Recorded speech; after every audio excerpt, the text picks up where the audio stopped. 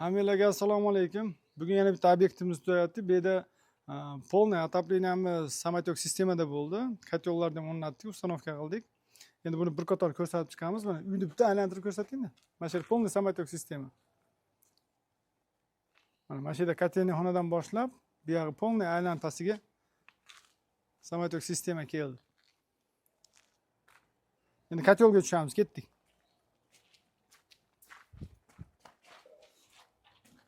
Bu yerda 200 kvadratga 22 talik nijniy garini o'rnatdik mana. Samotyok sistemada tepa полный temirda, pastlar plastmassada bo'lgan. 90 gradusga qo'yib qo'yganmiz mana. 10 gradus pasayganda ishlaveradi. Mana o'sha 79 ga tushdi, ishladi. 10 gradus pasaysa ishlab ketaveradi. Mana qayta ishga tushdi. Kranlar endi plastmassa topdik, endi katta turbaga katta kranni topolmadik. Plastmassa qo'yildi. Podacha obrotkada bor. Boshda yoqqaninglarda o'rtaga mana kondensat oqadi. U qo'rqinchli narsa emas kotyollarda. Kondensat oqdi, mana hozir yo'q, hech narsa oqqani yo'q. Mana shunaqa narsa oqqanda qo'rqmaysizlar. Bega bitta zagruzka qilganingizda 45 kilo, 50 kilogacha ko'mir sig'averadi, mayda iriligiga qarab. Angren ko'mirda где-то 12 soat, 16 soat yonadi.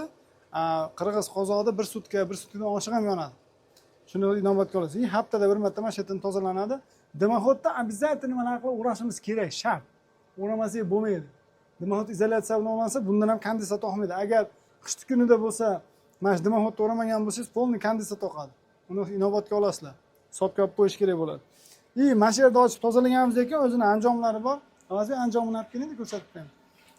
Mana shu yerda tozalaganingizdan keyin обязательно pastini ochib, mana shu yerdan kullini olib olish kerak bo'ladi. Bu narsani обязательно qiladigan narsa. Mana asboblar bor. Mana. Agar mashinlar tozalamasangiz, bo'ldi, o'sha kotel yonmaydigan bo'lib qoladi.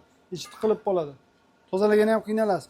Buni yana bitta yo'li bor, esdan chiqib qolib, допустим, bunisi ham bunkerning ichini qirgani ishlaydi, ham buni ichini tozalagani ishlaydi. Haftada bir marta. Yashik bormaydi. Mo'rini qoqqaningizda mana shu yashikka tushadi. Buni ham ikkita barashkadan bo'shatib tozalaversa bo'ladi. Yana bitta narsa. Agar navoda tiqiltirib qo'ysangiz, qanday tozalamayman deyotgan bo'lsangiz, tepa qopqonlarni ochib qo'yasiz. Adboyligini olib qo'yasiz, mana yerda ochasiz, mashindan gaz yoqasiz balon bilan. Tabiiy gaz bo'lsa tabiiy gaz bo'lmay qolgan holatda mana shu yerga ulab qo'ysak bo'laveradi. Oddiy garelkani. Mana shu yerga solib qo'ysak, buni ichini qizdirib, turbalar ichida yopishib qo'ygan saqishlarni tushirib yuboradi. Navoda tozalash esdan chiqib qolib, 1 oy, 1,5 oy o'tib ketgan bo'lsa, u yonmay qoladi avtomatik. Ventilyator kuyishiga ham sabab bo'ladi, dimlanib qoladi. Shuni hisobiga haftada bir tozalash kerak. Bo'lib ham bu trubli modellarda. 1 oyga borib bormay o'zi tiqiladida bu, yonmay qoladi. Ashlarni hisobga olasizlar. Bu yerda hozir полный panelli radiatorlar bo'ldi. Hozir xonalarga olib kirib ko'rsatamiz, xudo xolasa. Mana panelli radiatorlar tepadan plastmassada tushyapti. Past ham obratkalardan plastmassa, faqat tepada podacha yurishi temir bo'ldi. Bu yerda bitta radiator, mana mayda 30 lik kichikroq radiator bor. Imo xonada ham bitta radiatorimiz bor. Общий yo'nakda radiator. Bu yerda o'sha 60 ga 180 lik radiatorlar katta. Hammasi endi hozir qo'lni kuydiradigan holatda. Mana xonada yana bitta bor. Ammo haqiqatda xona isib ketibdi. Mana. Qo'lni kuydiradi. O'sha bo'lmaydigan darajada. Konkretno siyat.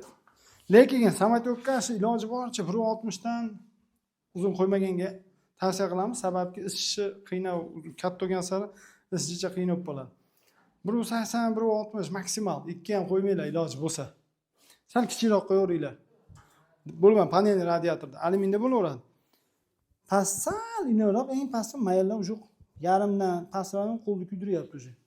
Cho'q. Endi bu hozir issiq paytda, lekin qishda ham bemalol isitadi. Radiatorlar ham voshim pol kuydiryapti. O'ta issiq haqiqatdan.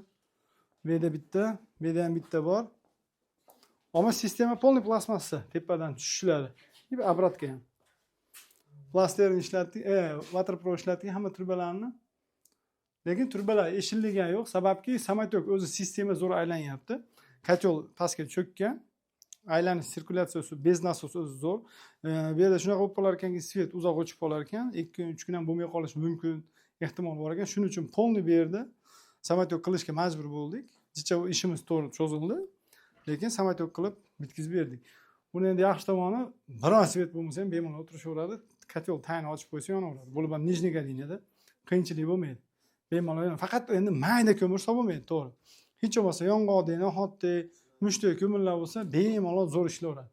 Endi основной o'sha svet o'chib qolish holatlariga oreshka bo'lsa, yong'oqdeklar bo'lsa, o'ta zo'r effekt beradi.